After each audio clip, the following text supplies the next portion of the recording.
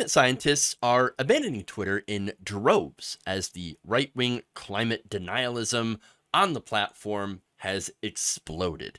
According to a recent report in Al Jazeera, researchers have documented an explosion of hate and misinformation on Twitter since, the Tesla billionaire took over. Elon. Back in October of 2022. Now, experts are saying that communicating about climate science on the social network, which many of them rely on, is getting a lot harder, is actually a lot more difficult. So, unsurprising, Peter Gleck, a climate water specialist with nearly 99,000 followers, announced on May 21st he would no longer post on the platform because of these numerous issues. One of them, of course, being the fact that the platform is amplifying racism and sexism. To which I say, I'm not exactly surprised.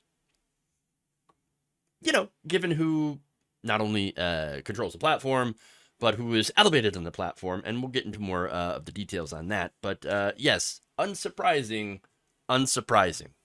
Okay, so now, look, anybody who posts on social media, especially on Twitter, y'all gotta expect some sort of hate, some level of hate and trolling, okay? For people like myself who have a platform and do a political show, we expect this. Of course, it comes with the territory. Apparently now, generally, when it comes to climate science, it's just hard science, you generally don't expect that. Because it's not really opinion, it's, hey, we have data, we have numbers, we have facts, we have statistical models, and they do show that climate change bad, climate change rapid, climate change dangerous. Okay? Nonetheless, what we've seen with the discourse, I wouldn't just say happening in the last couple of years, but I would say at least the last couple decades, and it's gotten exponentially worse. And I'm not talking just about climate change, I'm talking about the discourse overall, the muddy into the waters. And now with social media, here you have, established scientists that, spend all of their days, they're working on all this stuff all the time, doing statistical models, trying to get all of their facts right, because they know that if they don't, they're going to get picked apart by the community, by the scientific community, and they'll post some of their findings, which show that, yes, there is a massive danger to allowing climate change to run rampant by releasing all of this carbon and in these greenhouse gases into the atmosphere thanks to the burning of fossil fuels, etc. They do all that, and then they'll post the results on Twitter to have some verified, jerk, basically with the handle of like 14 words Hitler 988, saying bullshit. No, I don't agree with that. I mean, what are you gonna do, right? Like, that is social media. Unfortunately, and I've already got people in social media saying the same bullshit. Here we go.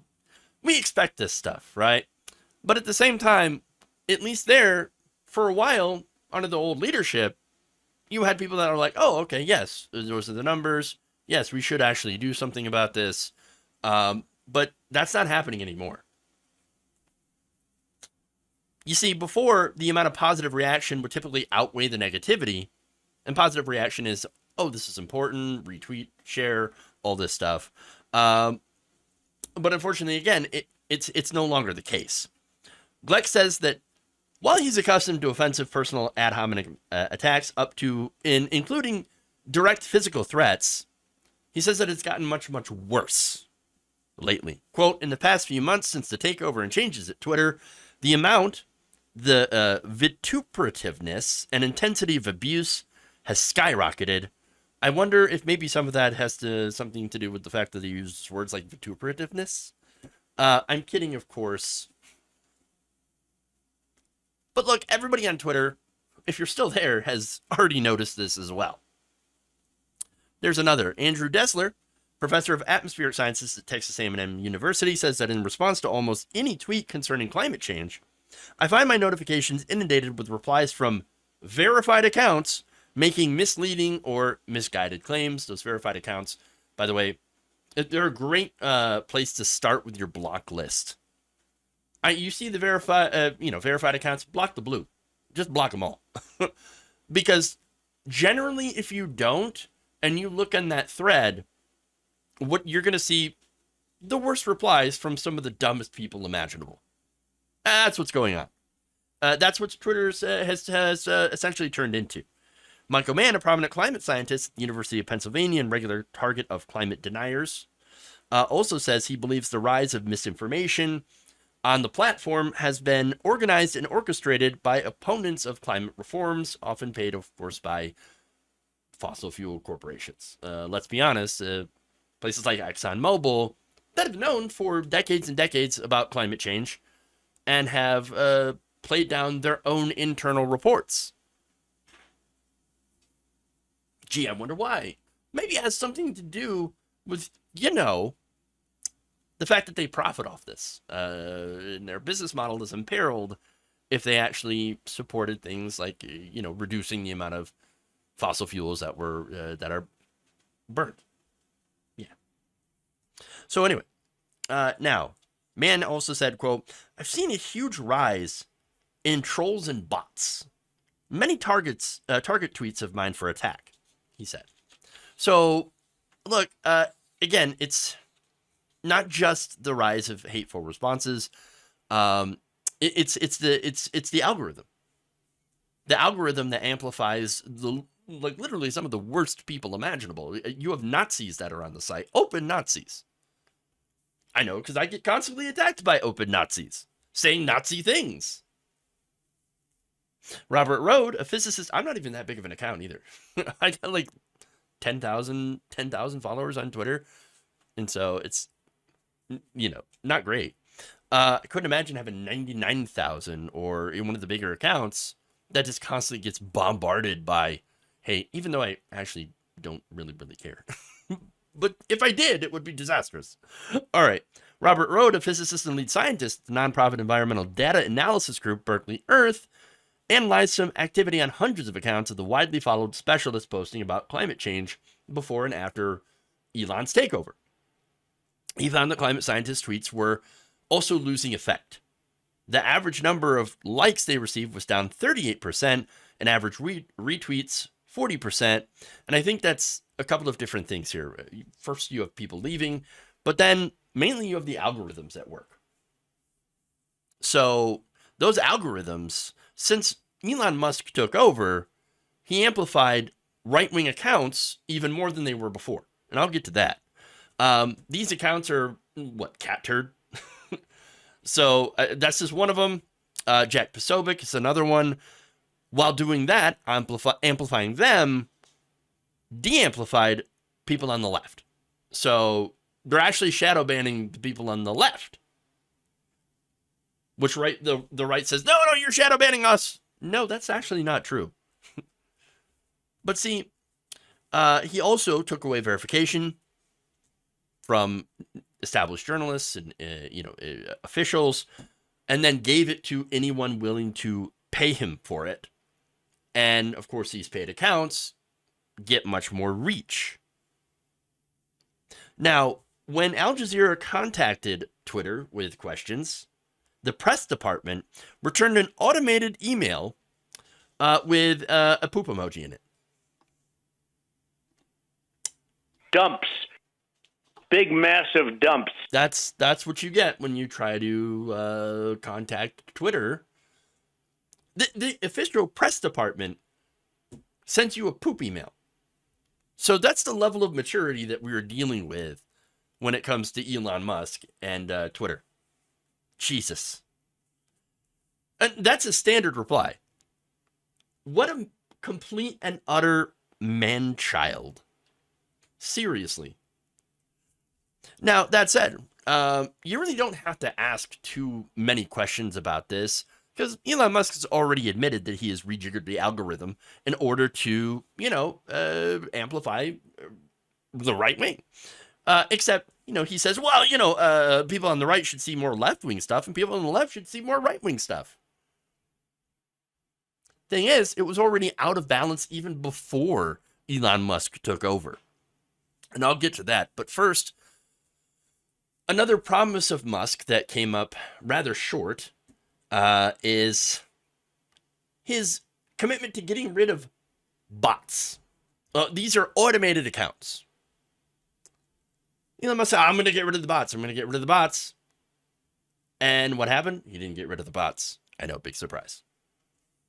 In fact, climatologist Katharine Hayhoe monitored responses to a tweet on climate change that she had published twice, once before the Musk takeover, once afterwards. She counted the hostile comments and examined them for signs they came from automated accounts that researchers have pointed out as to pushing out mass misinformation. Replies from apparent bots or trolls, according to her research, increased 15 to 30 times over a 2-month period compared with the previous 2 years. So you have an obvious bot and troll problem. That's making a lot of regular users quit Twitter. So, because of Chief Twit. Now, before October, she said, my account was growing steadily at a rate of at least several thousand new followers a month. Since then, it has not changed.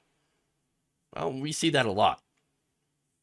Look, not long after Musk's takeover, right-wing accounts saw a massive explosion in followers. Many of them happen to be bots.